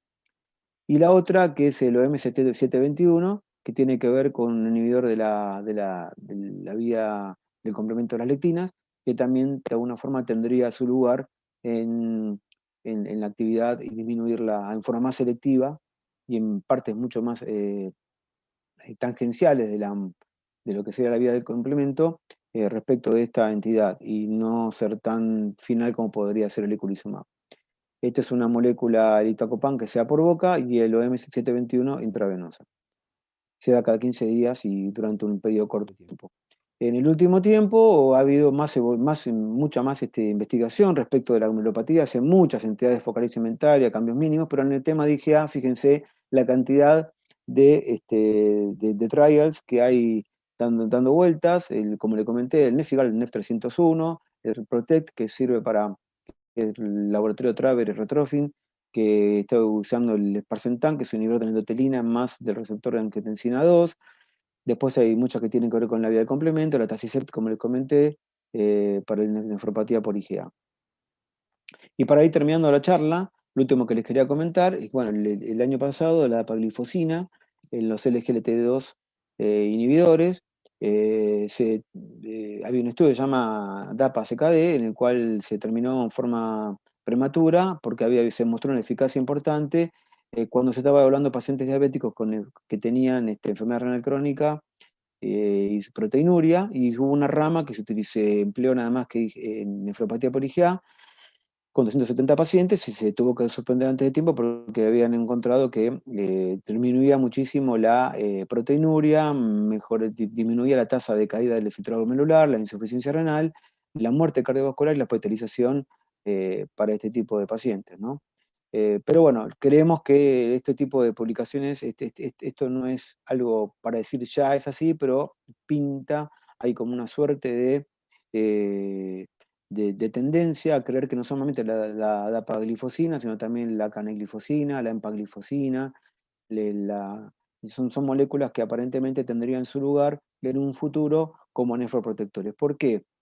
Porque básicamente hay acciones directas e indirectas, pero la más importante es que este tipo de drogas lo que hacen es inhibir la absorción de glucosa en el túbulo contorno proximal. Entonces, el carrier de sodio-glucosa está inhibido en el túbulo contorno proximal. Esto produce un aumento de la sobreoferta de sodio al no ser absorbido junto con la glucosa a nivel de la mácula densa. Esto estimula el uptake de sodio intracelular y la osmolaridad de la mácula densa. Obviamente esto va a llevar a que aumente el ATP y a la adenosina, que va a llevar a una vasoconstricción de la arteriola aferente glomerular vía feedback glomerulotubular, y eso va a reducir la tasa de filtrado glomerular. Entonces esto va a llevar a una disminución de la hiperfiltración, la disminución de la presión intraglomerular, la disminución del barotrauma y la disminución de la proteinuria. En un mecanismo más que a nivel de la arteriola aferente, mientras que los IECAS trabajan a nivel de la arteriola deferente.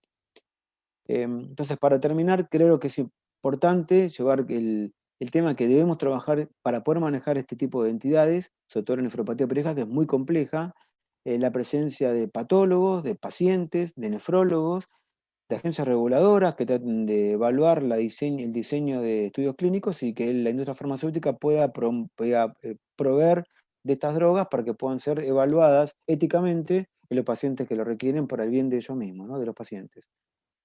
Terminado en nefropatía por IgA, no es una enfermedad, es un patrón de injuria glomerular, es una causa muy importante de enfermedad renal crónica terminal en todo el mundo. Lo más importante en la nefroprotección y dentro de las drogas, el inhibidor del sistema renal angiotensina aldosterona es lo más importante, que puede usarse bloqueo único o doble, de acuerdo al grado de proteinuria. Se está entendiendo cada vez más la fisiopatología, por lo cual uno podría llegar a tener que entender que de pronto, por ejemplo, la vía del complemento, la vía digamos, la absorción de sodio, el tema de la endotelina, la angiotensina, la mucosa intestinal, respiratoria, tengan que ver muchísimo con esto para poder tratarlas de forma mucho más específica. Usar la inmunosupresión con esteroides tiene un papel importante y protector, pero en ciertos pacientes, siempre y cuando sobreposemos el riesgo-beneficio, se requieren siempre tratamientos más específicos y quizá el tratamiento multitarget, como yo dije antes, SGLT2 inhibidores, con un RAS, bloqueo del RAS, quizá con Sparsentan, con quizá también inhibidor de complemento, puedan llegar a utilizarse en forma conjunta, en más o menor medida, contra medidas de nefroprotección para que el paciente pueda tener una mejor sobrevida y una menor toxicidad. Bueno, muchas gracias desde Argentina y escucharemos después las preguntas. Bueno, muchas gracias a los tres expositores por brillantes conferencias. Tenemos muchas preguntas del público que esperamos sigan llegando para que podamos disfrutar de forma distendida de esta discusión. So congratulations, both of three, and we will begin with some questions from the audience that could be answered by either of you. The first question that has been asked a lot of times is regarding the 120 limit for blood pressure as a goal for CKD patients. It looks like nephrologists are not very comfortable with that. So you made a point, Sheldon, that in the special population of transplant patients, perhaps it should be higher. What do you think, Sheldon, and Marcelo, and also Tara, for all CKD patients and mostly for elder patients? What should be the goal that nephrologists, and what will be the goal that nephrologists will feel comfortable to following? Gracias, Laura. So that's it's quite a contentious issue, and a lot of it has to do with not being familiar or comfortable with the SPRINT study. And the SPRINT study was a very well done study with excellent methodology. A large percentage of the patients had chronic kidney disease. And we really based our recommendations around that. It was, there's a lot of discussion.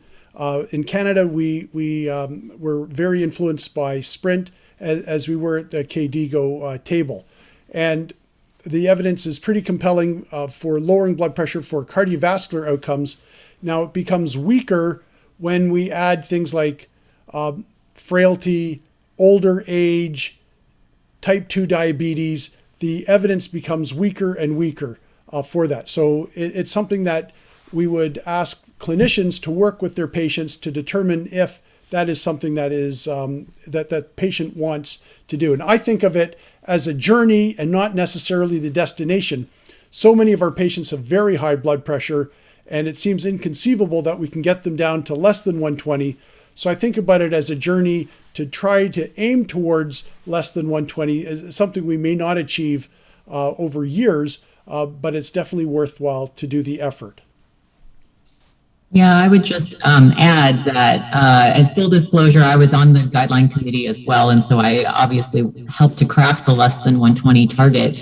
We actually debated as a group whether to have the sort of single less than 120 systolic blood pressure target for all versus having individualized blood pressure targets that may be a bit higher or a bit lower for certain subgroups that Sheldon mentioned we weren't as sure about. And ultimately, we decided to stick with one just for really practical reasons. It would be very confusing, we felt, to have sort of 3 or 4 different targets. And so we really set the less than 120, as Sheldon said, really to at least think about that as a potential destination. Now, not all of our patients are going to get there, but at least if you think about it, our hope is that it would help overcome this therapeutic inertia, which is a very real phenomenon, to at least move our patients into the lower ranges. Yo creo que, como dijo Sheldon, en principio hay mucho desconocimiento del estudio SPRINT y en Latinoamérica en general muchas veces se lo excluye o se le disminuye el valor pensado en la forma de la toma de la presión arterial. Y la única diferencia de la toma de presión arterial, como traté de mostrar, es que utilizan el método estandarizado. En Latinoamérica nos tenemos que poner las pilas en la importancia de tomar la presión arterial en forma estandarizada, con aparatos validados, porque eso realmente genera diferencias. Así que no es que los pacientes en la SPRINT estaban todos solos y eso hace que la presión arterial estuvo un poco más baja y por ende está bien que busquemos metas de presión arterial más altas cuando hacemos un método no estandarizado. El método no estandarizado muchas veces sobreestima, pero no siempre es así. Entonces no debemos guiarnos por un método no estandarizado, no debemos utilizar aparatos que no sean validados. Hernán, la presión arterial también es muy importante en los pacientes con nefropatía IgA, sobre todo en los pacientes proteinúricos, y son pacientes más jóvenes. ¿Piensas que allí tendría un especial lugar la meta de menos de 120? Gracias, Laura, por la pregunta. A ver, creo que los nefrólogos son los que vemos las hipertensiones arteriales más severas y más complejas de la fauna humana. Yo creo que sí, hay un aforismo que traducido del inglés al español sería como: en la hipertensión, el riñón es el culpable de la misma, aún en ausencia de enfermedad clínica o evidente del riñón, de enfermedad renal. Entonces, yo creo que hay que hacer todo lo posible, dentro de lo posible, para que los pacientes puedan tener una presión lo más baja que se pueda, porque sabemos que la hipertensión junto con la proteinuria son dos de los marcadores de progresión de enfermedad renal que están demostrados. Le ha costado mucho a la FDA reconocer a la proteinuria como un surrogante de enfermedad renal, pero en los últimos años ya hemos logrado, por esta posibilidad, tener esto. Ahora, hay dos cosas que yo quiero remarcar en esto, como me preguntás. Una tiene que ver con que son pacientes más jóvenes, por lo tanto también son más lábiles, a veces tienen el endotelio y el vaso mucho más complaciente, y a veces las dosis de un joven que en un adulto, como comentó Sheldon, no producen el efecto que uno espera, a menos a nivel periférico, quizá a nivel central sí.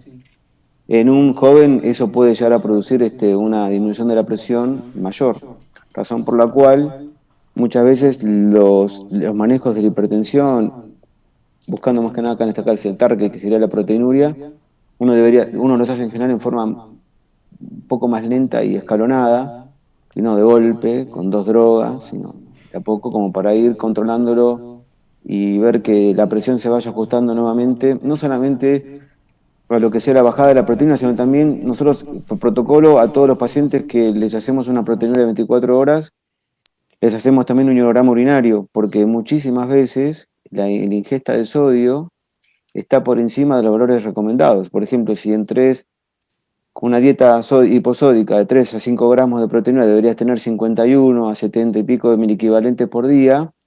Muchas veces los pacientes aparecen con 250 miliequivalentes por día de ingesta de sodio, que se traducen en 1,5 gramos por día de proteinuria, que con solo un ajuste de la dieta y controlándole al paciente este tema de la ingesta de sodio, uno puede lograr tener proteinurias más bajas, con menor droga, con una buena nefroprotección, y tener una mejor sobrevida del riñón usando menos medicación. Another question that was asked from the audience is how low it's safe to have, because it said lower than 120, but how low is safe to have blood pressure, systolic blood pressure? Would you like to answer regarding that? Marcelo, Sheldon, Tara? Go ahead. I'll defer. Maybe Tara, this is a good question for you. Yeah, I can start. I mean, so in SPRINT, just to remind everybody, the target was less than 120, and overall the achieved systolic blood pressure in the intensive arm was about 119, but in the CKD subgroup, it was about 123. So, and obviously there's a standard deviation around that, but on average, people didn't quite get there. And so I think in terms of how to translate that into practice, I personally will at least consider it. It'll kind of cross my mind when I'm thinking about their hypertension management of, can I push this particular patient sitting in front of me today any lower? And if it's somebody who's already on 4 drugs at maximum doses and they're 85 years old, and I know there's less data, I might leave that person alone if they're doing just fine. But in other circumstances, I might think about it. If they're already less than 120, then I don't necessarily keep pushing them until they pass out, because there's obviously a lower limit.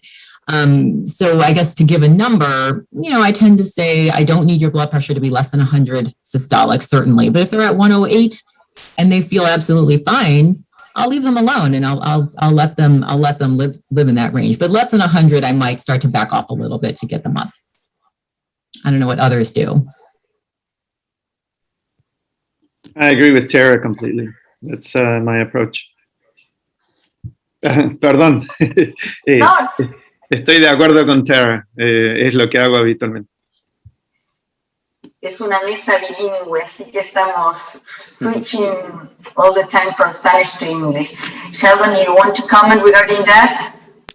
Just briefly, the ADVANCE study was a study in patients with diabetes, and I remember that in that study, the lower achieved blood pressure was associated with better outcomes. So patients who have a lower blood pressure, let's say you treat them with standard therapy, they end up at 105. Don't panic. If the patient's feeling well, they're going to do just fine.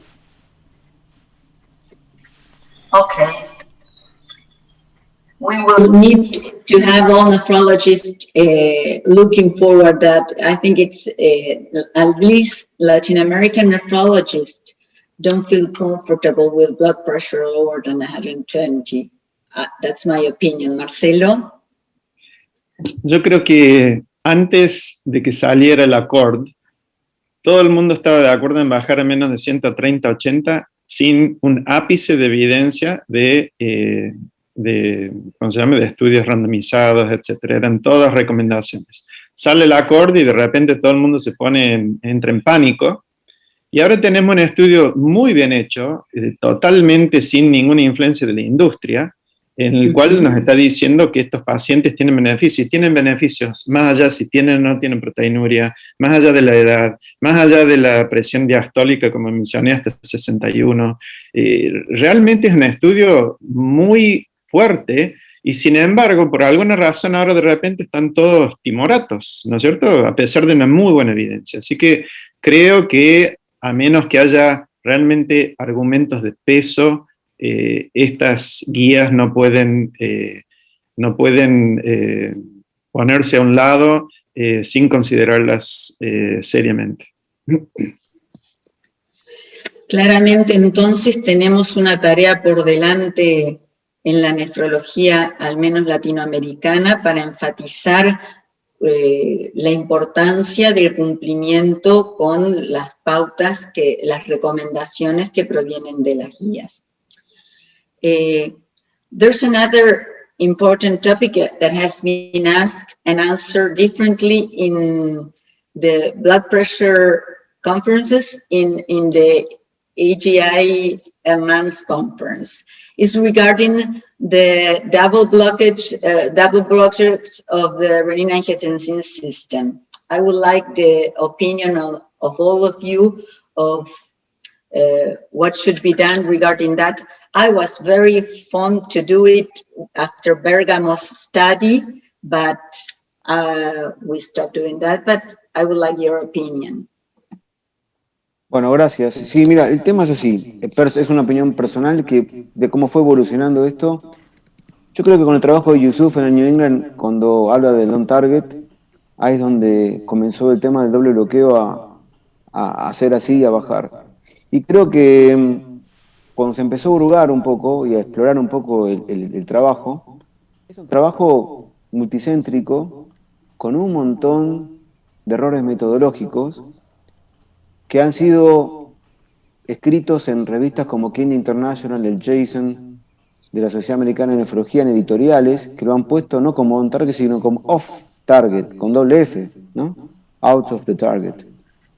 ¿Por qué? Porque evidentemente cuando empezamos a ver la metodología de las indicaciones de diálisis, de qué se hacía con hipercalemia, etcétera, etcétera, no había en el protocolo ningún tipo de guía. Cada uno hacía lo que le parecía como investigador en este tipo de trabajo.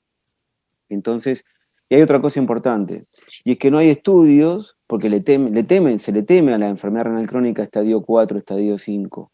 Todos cortan en un estadio 3A o quizá en un 3B. Los criterios de exclusión son con un clearance menor a 30, menor a 45. Y tampoco había una metodología para determinar cuál era el método para utilizar la filtración glomerular. Gran problema. Y otro tema más, que se utiliza como medidor en la filtración glomerular a lo que tenemos en la comunidad médica internacional, que es la creatinina, que si bien es lo que se usa, sabemos que tiene un montón de limitantes, sobre todo la masa muscular, que en los ancianos, por ejemplo, está disminuida. Va, ancianos, ya después de los 45 años, muchísima gente joven, y no obstante eso, la creatinina baja.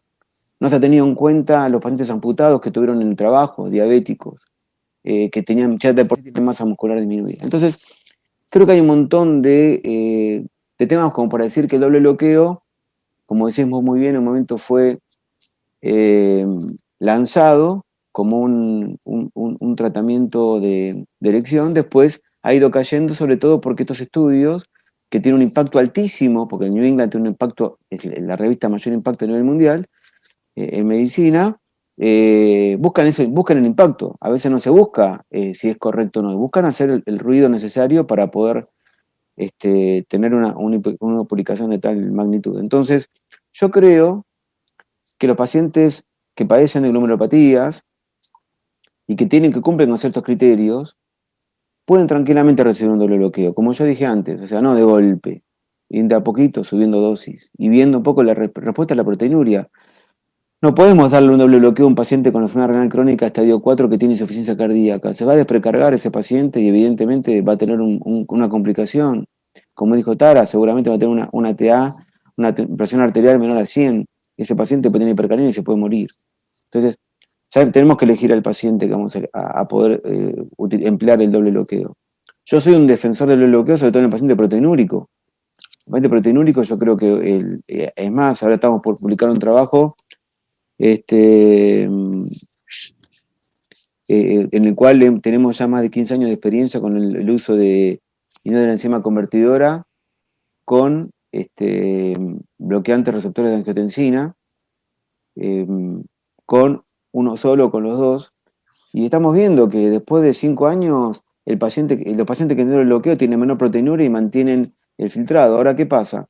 Esos pacientes, que de pronto puede ser que tengas una caída del filtrado, es una caída de filtrado artificial, que vos en el que vos una vez que suspendés uno de los dos medicamentos, o si querés suspender los dos, ves como que en general la creatinina empieza a bajar y el creatinina sube. ¿Por qué? Porque ese paciente uno lo tiene de alguna manera fisiológicamente un poco por debajo de la capacidad de filtración, porque lo que uno busca es aumentar la reserva renal a futuro.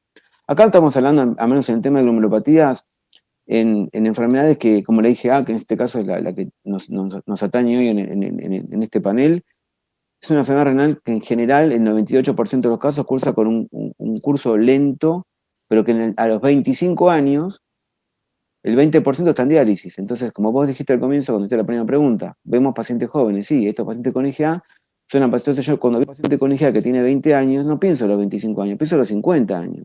Y que son una chica, una mujer que quizá quede embarazada. Entonces, uno tiene que buscar también cómo hacer para soltarla en el embarazo con el mejor filtro de la menor proteína posible para que tenga el mejor pronóstico durante esos 9 meses de gestación.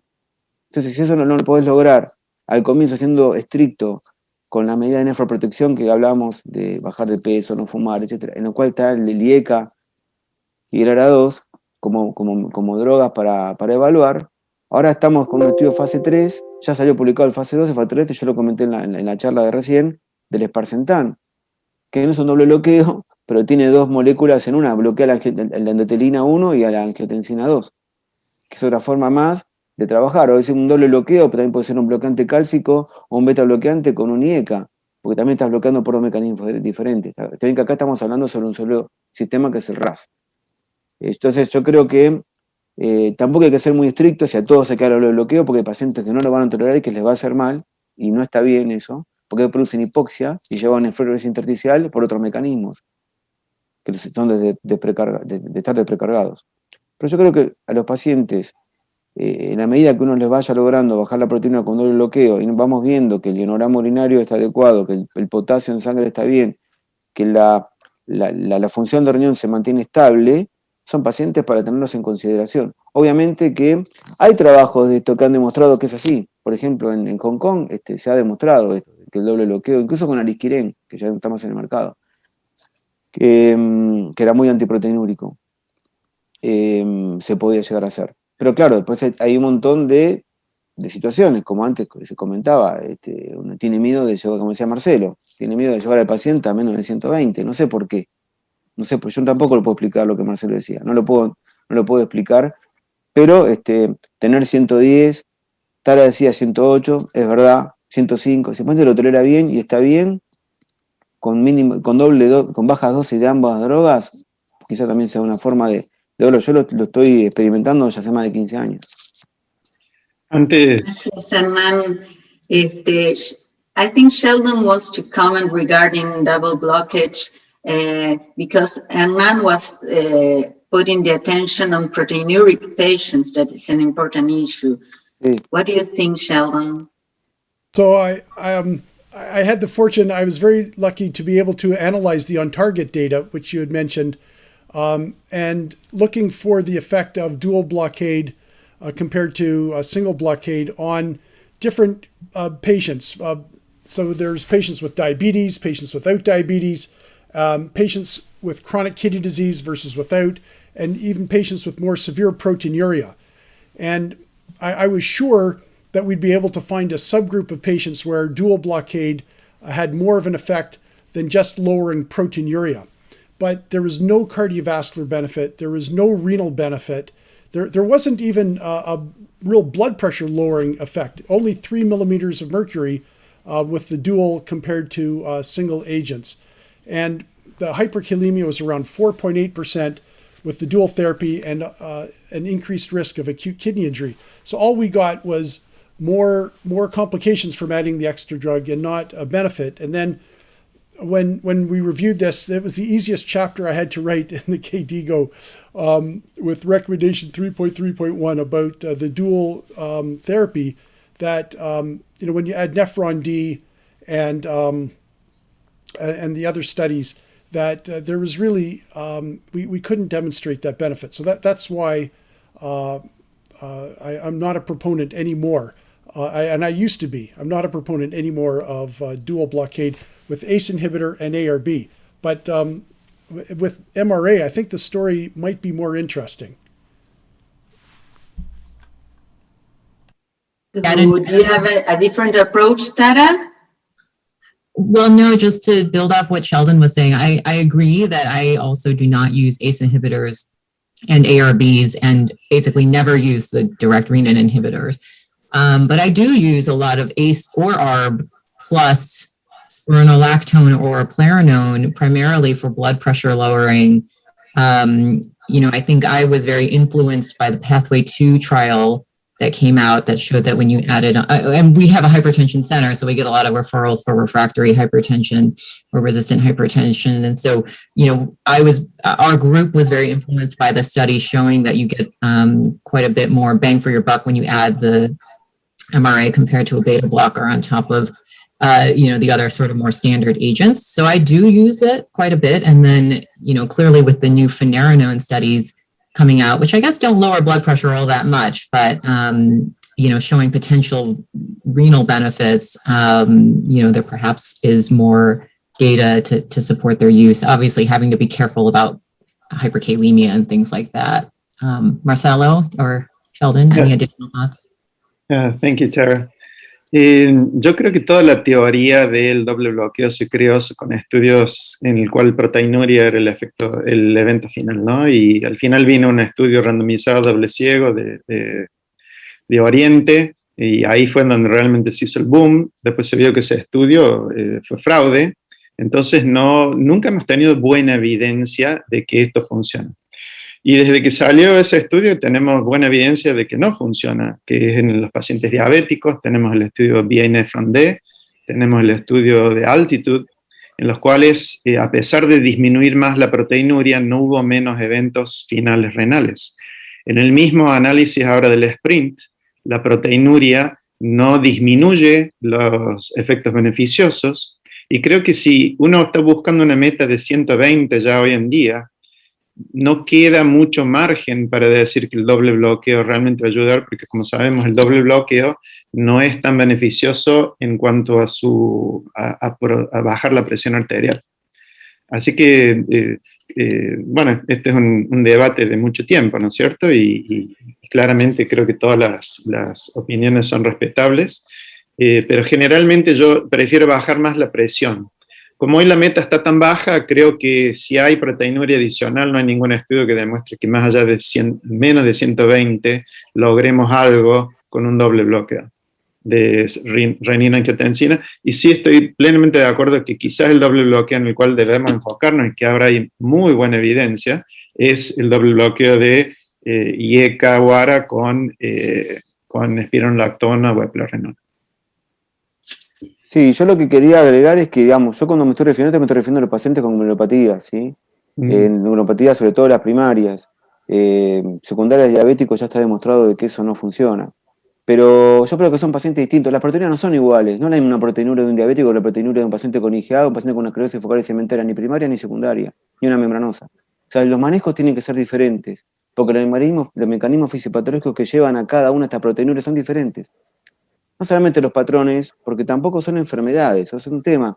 Yo lo dije en la charla, la IgA no es una enfermedad, es un patrón histológico de injuria. La nefropatía membranosa no es una enfermedad, es un patrón morfológico de injuria, no tiene nada que ver una nefropatía lúpica membranosa que una nefropatía lúpica por un inhibidor del receptor de fosfolipasa 2, por ejemplo, o trombondina 7, no tiene nada que ver. El patrón se comparte. Entonces, los mecanismos fisiopatológicos en este tipo de situaciones no son para mí transpolables a lo que es la población general que tiene hipertensión arterial y que puede tener proteinuria o puede no tener proteinuria.